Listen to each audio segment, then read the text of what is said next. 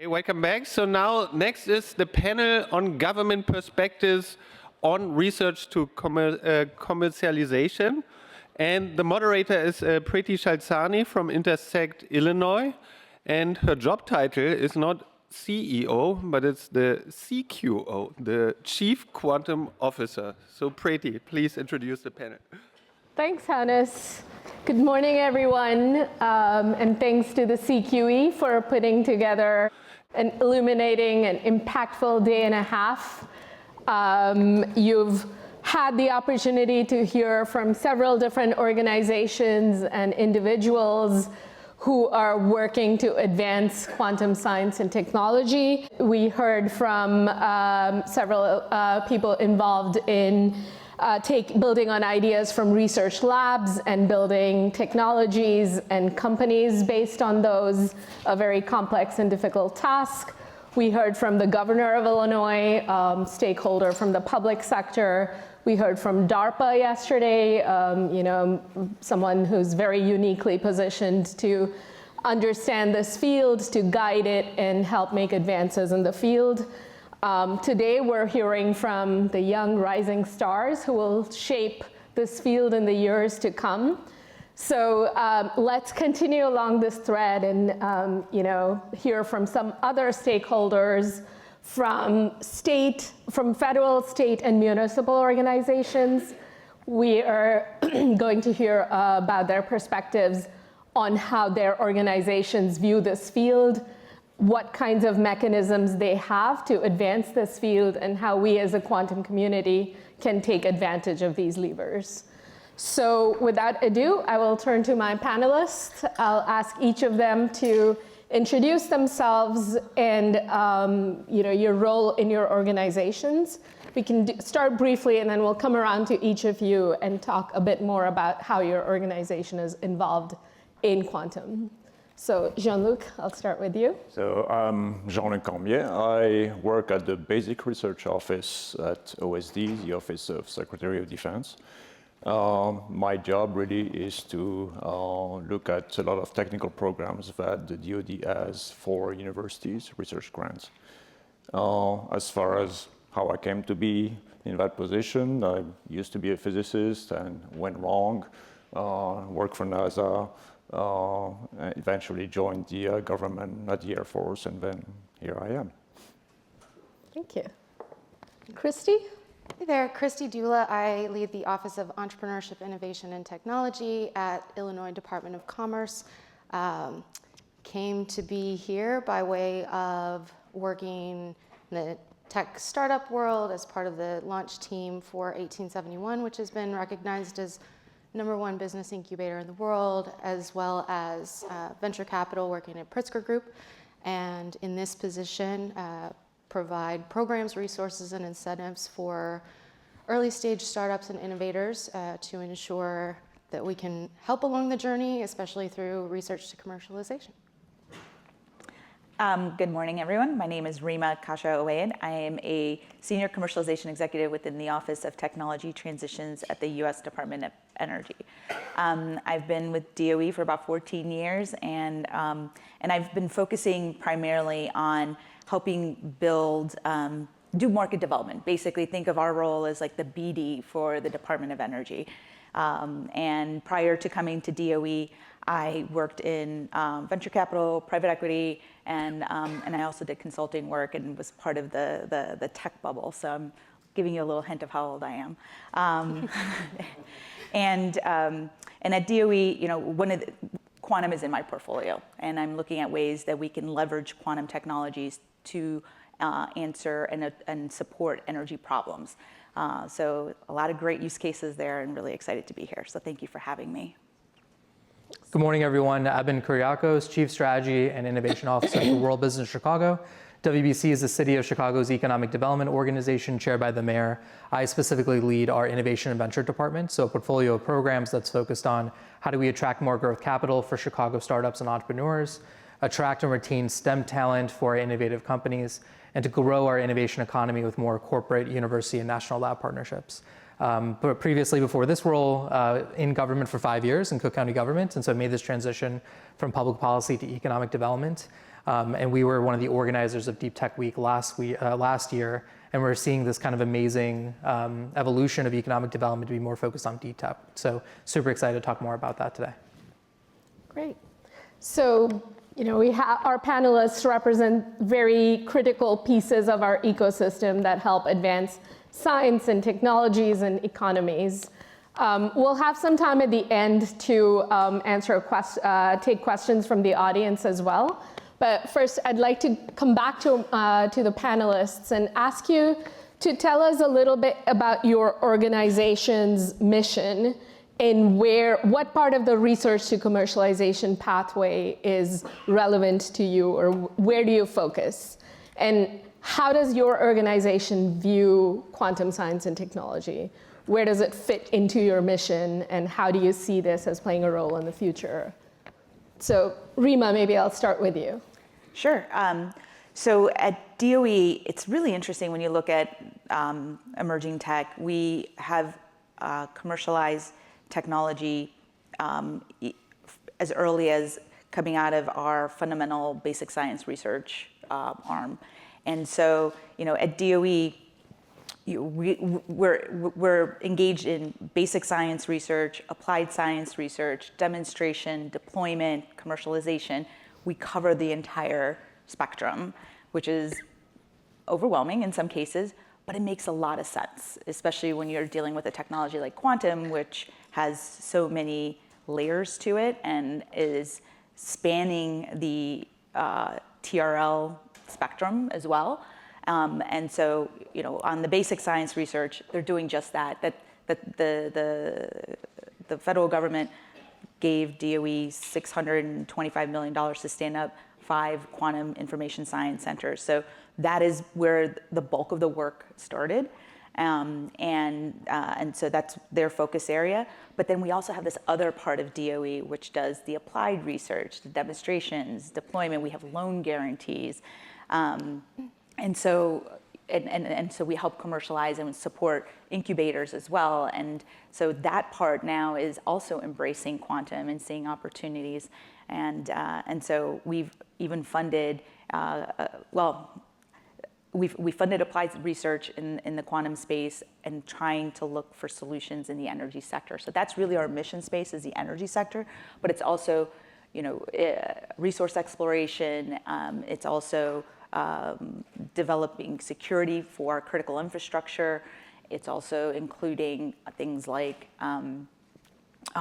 we supported COVID research development. And so our labs are engaged in life sciences as well, and biology, and developing tools for cancer research. So we're sort of the department of everything, some of what my colleagues have said in the past. And so we engage with a lot of our sister agencies and their mission areas as well to support them where their primary mission may be some outside of our scope. But generally, we're supposed to help address the energy sector on the applied side, and that's the sweet spot that I'm working in. Great. Maybe Jean-Luc, similar to the DOE, the DoD works on everything from basic science to commercialization. Right, the DoD is very big and looks at all TRL levels, basically. But quantum technology is still at the low TRL level. And you heard from DARPA yesterday about trying to find out what is it going to be used for, which is a really good question. So my office is really interested in basic research, which means we focus on the discovery. What is a new science that can be coming out of that, and eventually it will be useful. I have no doubt about it. But this is what my office does: is that fund the university with research grants, develop the workforce, et cetera, develop capabilities. And maybe for most of the audience, lesser known aspects of support from state and municipal governments. Kristi, perhaps you could share how your organization and the state, how they look at research and commercialization. Yeah, so quantum fits within kind of the mission of supporting innovation across the whole spectrum from research to commercialization. I'd say research and the research to commercialization and then full-scale commercialization are all equally relevant to the work that we do. It's just making sure that we're focusing with different programs and incentives on each of those areas. So on the research side of everything, we have programs such as the SBIR STTR state matching grant program, which aligns with the federal government efforts here. Innovation vouchers, which really help on that R&D side directly with research projects with universities here. And then going into kind of more the commercialization side, we rolled out just over a year ago our Illinois Innovation Venture Fund, which provides venture investments to businesses to really help boost a little bit more of that commercialization, but also help to fill that gap of de-risking some of the private investments for some of these emerging technologies that maybe haven't been proven out full on there. And these types of mechanisms, is it standard you would see in, across all states, or is this unique to Illinois? Not just for quantum, I mean just overall. Yeah, so actually our Invent program, or the venture fund, is the largest, so that's made possible by collaboration with US Department of Treasury. So these are federal dollars that each state decided to put to work in very different ways. So Illinois actually has the largest venture fund that is run by a single entity, and it's the only one that to date who has aligned with more of the federal initiatives, such as Chips and Science Act and NSTC efforts. And so there are very different components of what we are doing to support this here, and all of that comes from hearing from innovators and hearing what everyone needs. So these conversations that you all have at these events are so critical to the design of these programs and the ability to even have those available. Abin, tell us something about the municipal and sister organizations like WBC. How do they look at research and commercialization? Yeah, absolutely. So very simple economic development mission. We want the more companies that move here, the more companies that grow here, the more jobs for Chicagoans, the more economic opportunity for our ecosystem. And our work is only amplified by incredible partners like Kristi at Department of Commerce and Economic Opportunity, Intersect Illinois, University of Chicago, and many others. From a deep tech perspective, I think what's been really kind of interesting is how do we better integrate that to our existing flagship innovation and venture programs? So I think 3 examples is that it was too often that we would be late in talking to deep tech startups that completed an accelerator program at the end of the program. And now I feel like we're more integrated in the very beginning of the program to have conversations with those innovators on what are their particular needs, how do we connect them to the relevant growth capital investors they're looking for, and looking at our existing programs to make sure we're doing that matchmaking, or connecting them to the Chicago business community. The second thing is partnering with incredible institutions like Chicago Quantum Exchange, University of Chicago, Northwestern, to focus on how do we attract more of those federal funding programs to these Chicago startups. And so we had partnerships that were focused on SBIR, STTR with the state, and doing more of that in the city of Chicago, and not just limiting it to the one-offs that we see in other places. And so having an economic development organization that talks deep tech more often. And the last thing I'll mention is that on the business marketing side, which is a huge focus for us, people know Chicago anywhere from the spectrum of Michael Jordan Chicago Bulls to winter. And so I think there's an opportunity where we had the governor yesterday talking about the importance of quantum in economic development. A mayor that works with the governor who's a champion on quantum business development projects, or huge corporates that are coming in that space. We simply need to talk more about quantum when we think about the business brand of Chicago and Illinois. So you do interact with researchers as well as like entrepreneurs and, full-fledged businesses. Absolutely. With our Chicago Venture Summit, we're the organizers of the city's flagship Startup Venture Capital Conference. And I'll be honest, I think 5 years ago, we wouldn't even talk to the university partners in the beginning of announcing for a summit.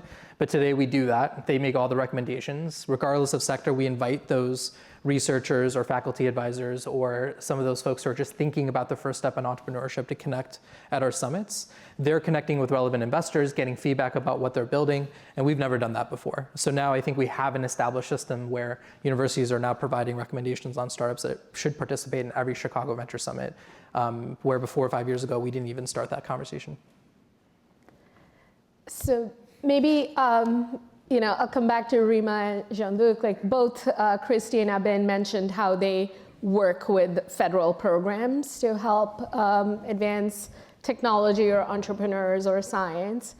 Perhaps you could share your perspectives on how you work with or how you look to partner with state and municipal governments. And particularly, how could this audience, this community, leverage that? Okay, I guess I'll go first. In terms of working with state and local governments, we've had a history, outside of quantum, before quantum, which we can learn from, which is, working with state and local governments to figure out how to leverage the federal funding.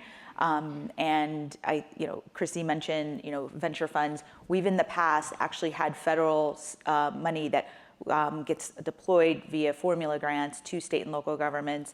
And we, during the American Recovery Act, which is, more than 10 years ago, we were able to get authority to allow for state and local governments to use that federal money to seed these venture funds.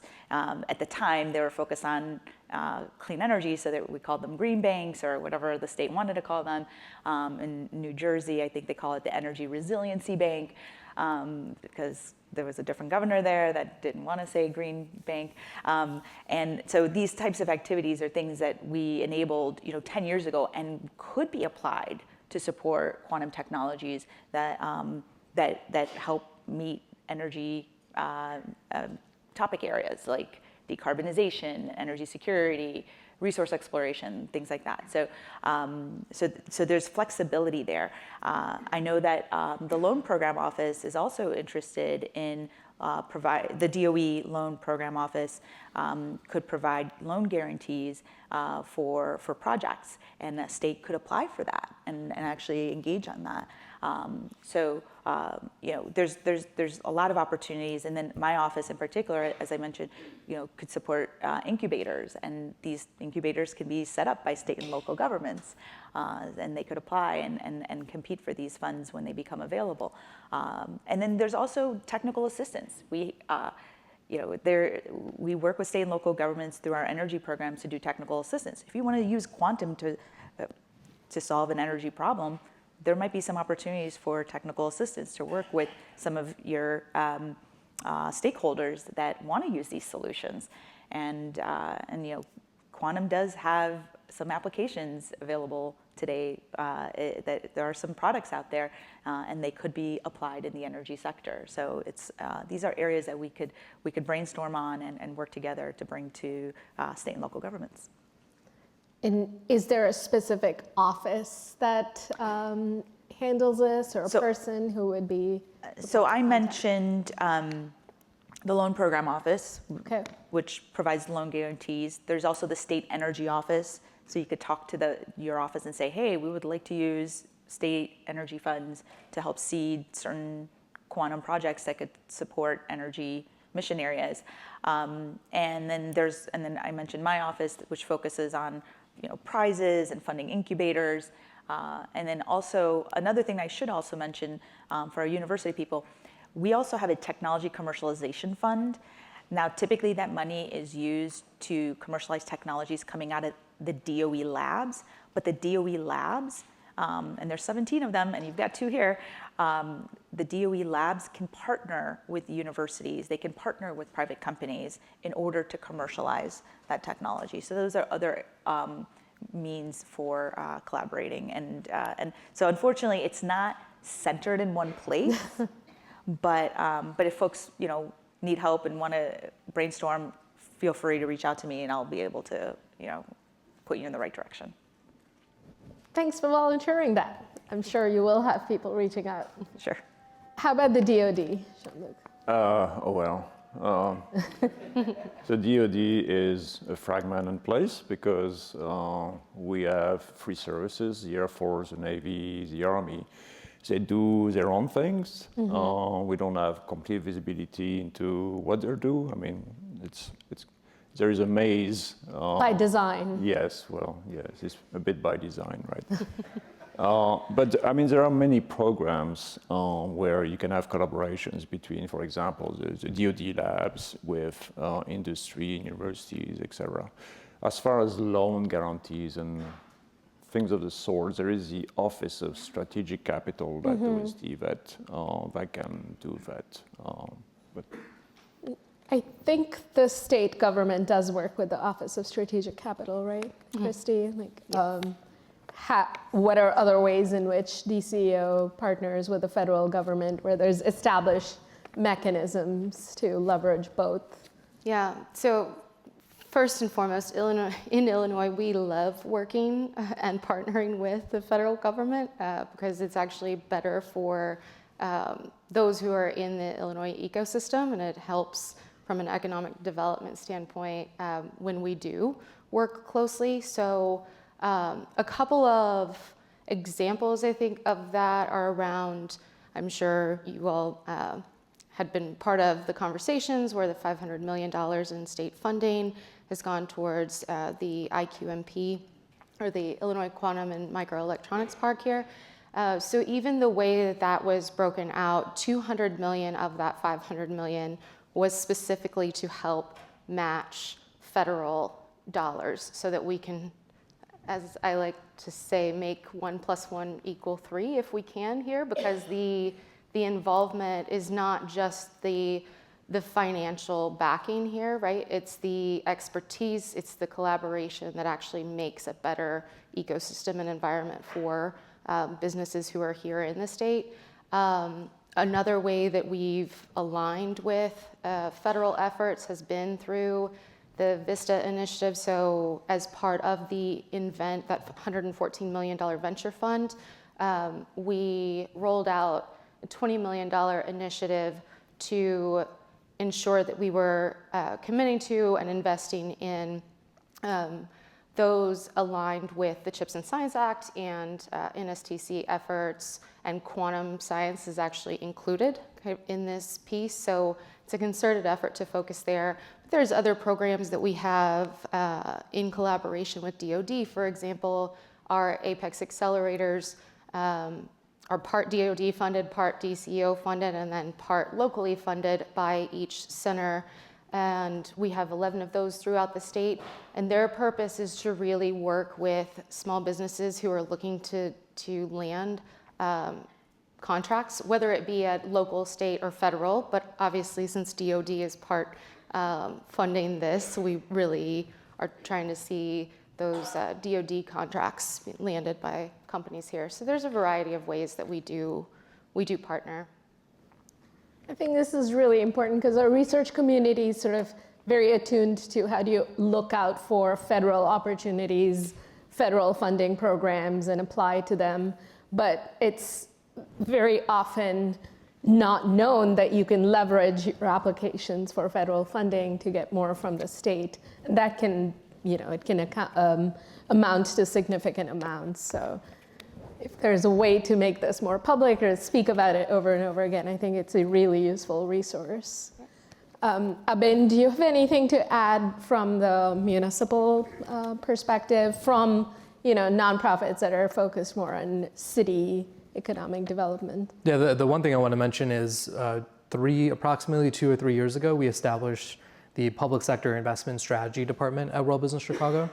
So one of the reasons why I'll miss President Biden is because you saw this once-in-a-generation federal investment in American Rescue Plan, Inflation Reduction Act, CHIPS Act.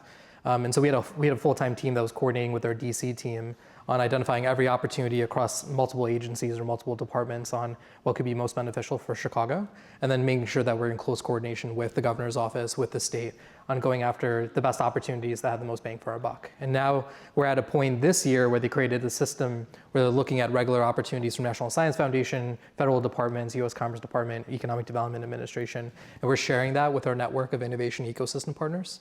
And then they're responding saying, hey, these are the opportunities you want to support. Can we get WBC support? So again, I think for the past 3 years, building an infrastructure that didn't exist a long time ago for an economic development organization at a city level, especially for World Business Chicago.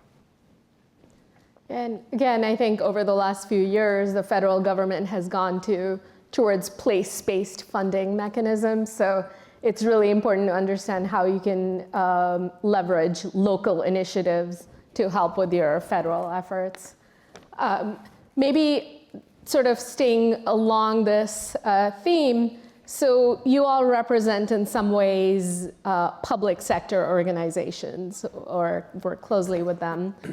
Can you share a little bit about how you work with private sector organizations, VCs or other private funding organizations to help move science and technology forward? And then thinking about quantum, like, are there specific challenges here that your programs are designed to address? Yeah. I'm happy to take Sure, that. Kristi. So on the funding side, your public funding and your private funding are both very, very critical, right? And sometimes at different stages. And so where we're seeing with quantum specifically, or generally more deep tech sides, is you might have private investors that might be hesitant to make these early stage investments until there's a bit more traction or it's been proven out, right? But this is kind of an area where it's really key for us right now in government to understand that we can help to put public dollars to work, these investments, to help with the research to commercialization side of it, while also helping to de-risk that the investment for private investors, right? And through our Illinois Innovation Venture Fund, we actually do have to, for every investment that we make, it has to be catalytic for private investment. And so we make direct equity investments through this fund, but we also have to ensure that we've got private investors alongside. And so that in these newer or emerging technologies really helps to signal to private sector. But I think you're gonna see where there's this transition as it comes, when it really comes to scaling, and that's kind of where a lot more of the private investment side comes in. And so the key piece on the investment side is really public and private aligning to ensure that we're helping at every stage along the journey and the spectrum here. I can go next. Go ahead. Since I'm right next to Kristi. So, you know, at DOE, there's a number of ways that we can engage with private companies and investors as well. So what's interesting is, so just very basically, you know, at the DOE labs, I mentioned, you know, we try to commercialize technology, so we're creating IP. We have technology that can be commercialized, and so who's going to commercialize it? It's going to be industry, right? And so we have a website called the Lab Partnering Service, LPS, labpartneringservice.org. You can go to it and you can see all the work that's being, most of it, it's not always fully up to date, but it's pretty close. You'll see all the research that's being done at the labs, who the lab researchers are, so it gives industry a mechanism and a window into figuring out who they want to partner with at the labs. And then at the same time, you get to see what they're working on and what patents that are available, and so those things can be licensed and commercialized. So that is a great opportunity. And so if any of you are interested in, you know, trying to move something forward out of the lab space and want to partner with some researchers at DOE Labs, check that out. But then at the same time, we also have worked with, we also have these competitive funding opportunity announcements. And so industry, and it covers so many different topic areas. And even though quantum may not necessarily be in the solicitation or in the funding opportunity announcement, that doesn't mean that quantum isn't eligible. If it can solve the problem, or if you think it can solve the problem, then that company, that researcher can apply for that funding grant. And we've actually funded some quantum technologies on the applied side through this kind of mechanism, particularly like within our cybersecurity office. They seem to really like quantum. And so that's a great opportunity for you guys to check out. Now, our loan program office right now has a conditional commitment letter to a startup company that is basically using quantum lasers to do methane leak detection. And it's I think $189 million loan commitment potential if it gets through underwriting. We'll see what happens, but it's moved along those stages. So these are competitive opportunities where industry can apply. Now we've also in the past have been able to put out competitive solicitations where money could be used to help build a venture stack, like a different capital stack for a venture fund. And we've done that. It's been a few years since that happened, but it would be nice to maybe revisit that. And so we'll see what happens with the National Quantum Initiative Act if they give us funding for that kind of activity, because we've demonstrated it for clean tech and it could be applied in the quantum space. So we've made our funding very flexible. It is going to be competitive when industry wants to apply for it. The industry doesn't really get like the technical assistance. That's more of a public sector facing availability mechanism. But there's the patents things that can be licensed, and then there's these funding opportunity announcements that could be used in many flexible types of ways. Yeah. So most of these are targeted towards grantees, so whether it's startups or researchers. Yeah, it's so not working with private sector VCs, for example, directly. The competitive grants. Just trying to clarify, because I think it's still important for startups to know that this is how you leverage both opportunities to build your stack. Yeah, I mean, startup companies can apply for these competitive grants as well, because I know, so like for example, we have a grid deployment office that is just now funding vehicle to grid technologies, which is, most of those companies are startup companies, so they're early stage, especially in the US. So it's open to a lot of folks that can, because we have early R&D, and then we have demonstration, and then we have deployment. And so depending on where your startup company is, it can apply. How far along the TRL that product is, or that technology, it could be eligible for those different types of funds from those different types of offices. So the competitive grants is not just for researchers, it's not just for universities, it can be for companies, small, startup, as well as more mature companies. So even like IBM, for example, could apply for some of these things. We've had Ford, for example, apply for competitive grants. So does it meet the funding opportunity topic area? That's the real question. I want to save some time for questions from the audience, but I do sort of want to turn the discussion back specifically to quantum and ask each of you, what do you think are the biggest challenges in advancing this field, and how do your organizations think about like how this is going to evolve in the next few years? Especially thinking about how your organization can sort of support what has to happen in the next few years. Abin, I can start with you. I think from a city economic development perspective, it's just making sure that we're consistent about talking about the quantum ecosystem in our everyday kind of business marketing. And so for us, one of the things we have 100 board members, we're structured as a public-private partnership, so 100 of Chicago's biggest and most important companies that are part of the WBC board. And a question that we ask them is, within your CTO, who's focused on quantum, or who is your quantum lead within the organization? And how do we get them better connected here in the Chicago ecosystem? And so that's borne some fruit, because many of them will say, no one's ever asked us who's our quantum lead.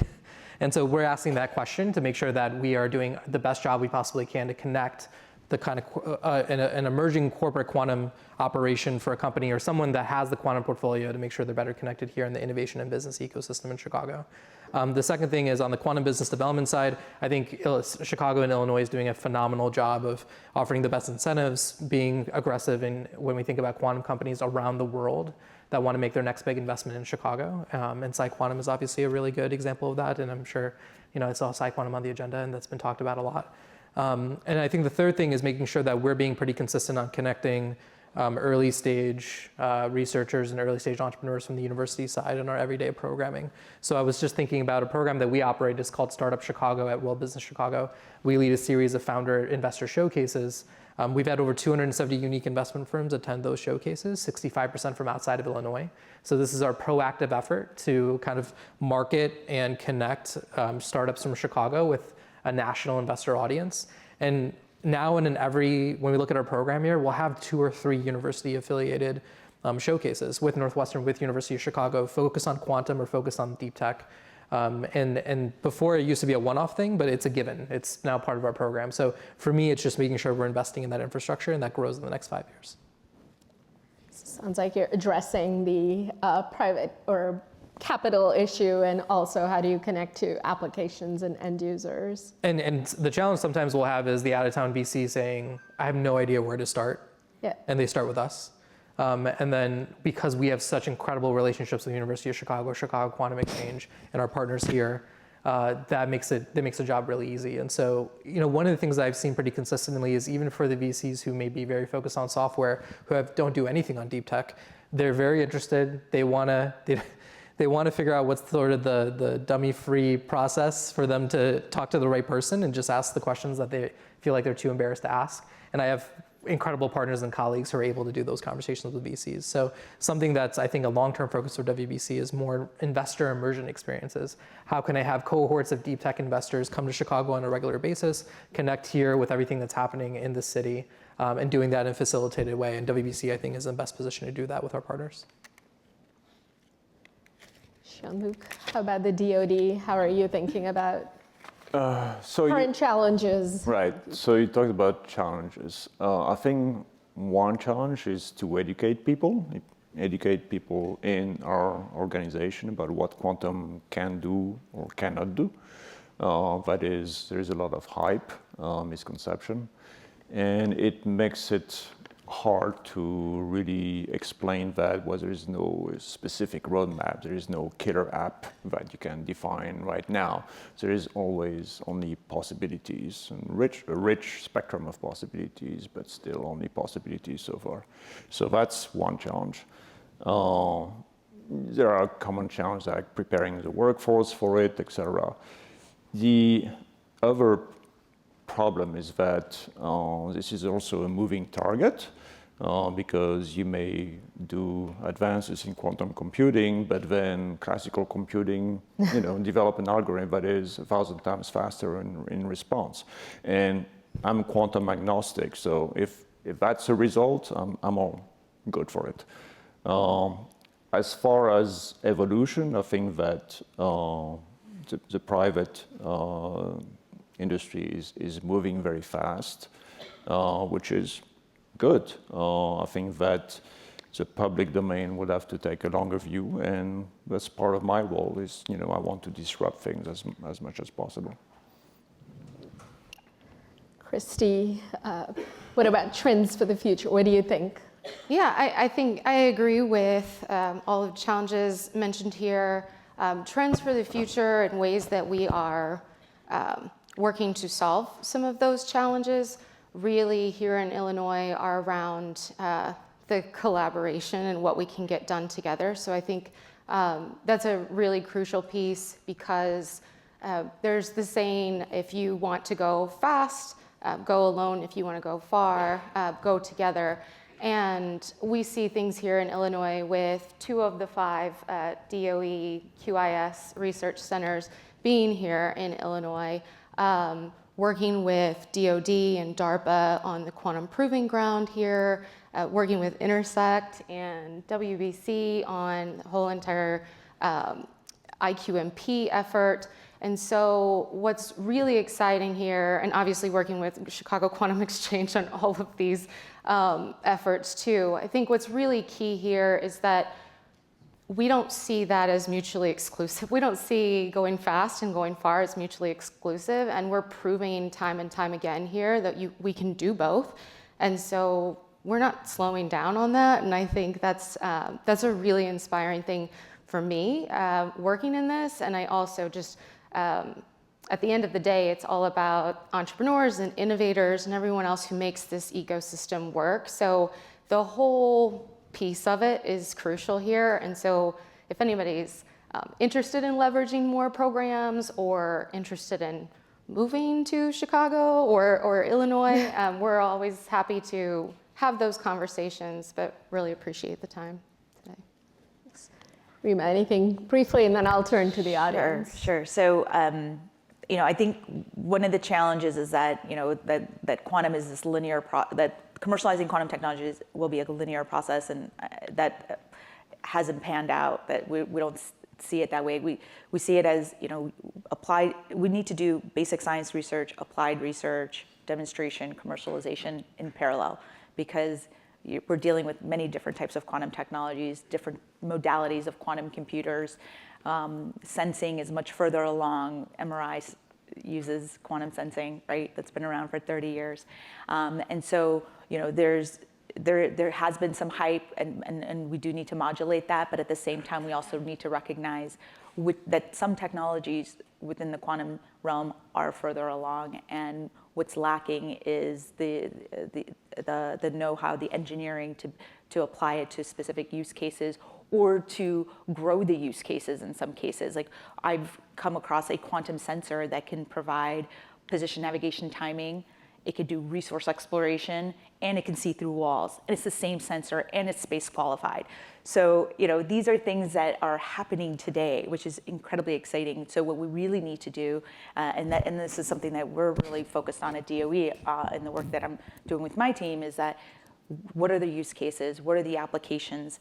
And you heard Joe speak yesterday, he said, look, there's some opportunities here. There's some use cases for even the noisy intermediate scale quantum computers.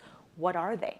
That's what we need to focus on, right? And that is what we're doing. And what's interesting about the energy space is we're really well positioned to be able to take advantage of potentially NISQ computers, because NISQ computers, in the energy space, we use heuristics. We don't need a precise answer. When we do something called contingency analysis, we need a probability range. Well, noisy intermediate scale quantum computers, that's what they give you. They give you a probability range. So it's finding those types of use cases that is going to be important, and that will also then allow us to tinker and build the algorithm capability and know-how, so that once that fault-tolerant quantum computer does come online, we're not playing catch-up to learn how to use it. We have a baseline and a foundation that we could then build off of. Now, obviously, we don't know which modality is going to cross that line, but nevertheless, we need to start early and start tinkering so that we're ready to play the game, because if we don't, China will. We spent $3.8 billion in the US on quantum in the last few years. China has announced $15 billion. We don't really know what that means, but even if it's half of that, we're behind. And so we need to play catch up, and we can't be complacent. This is a race. And we also need to think about the ethics of how we use this technology and make sure that we are doing it responsibly. And so anyway, these are things that we all need to be thinking about, and that I think will help create some urgency around investing in quantum. Public, private sector need to come together. Basic science, applied, commercialization, demonstration, this is all happening in parallel, and we need feedback loops, because we're going to get nuggets along the way. Like I mentioned, we're commercializing fundamental research that's come out of fundamental science laboratories. So we didn't expect that, but it's happening. And so we need to be open-minded, we need to be nimble, and we need to move fast. Thanks, Rima. That's actually a really great point to turn to the audience and see if there's any questions for our panelists. Maybe just wait for the mic to come to you. Thank you.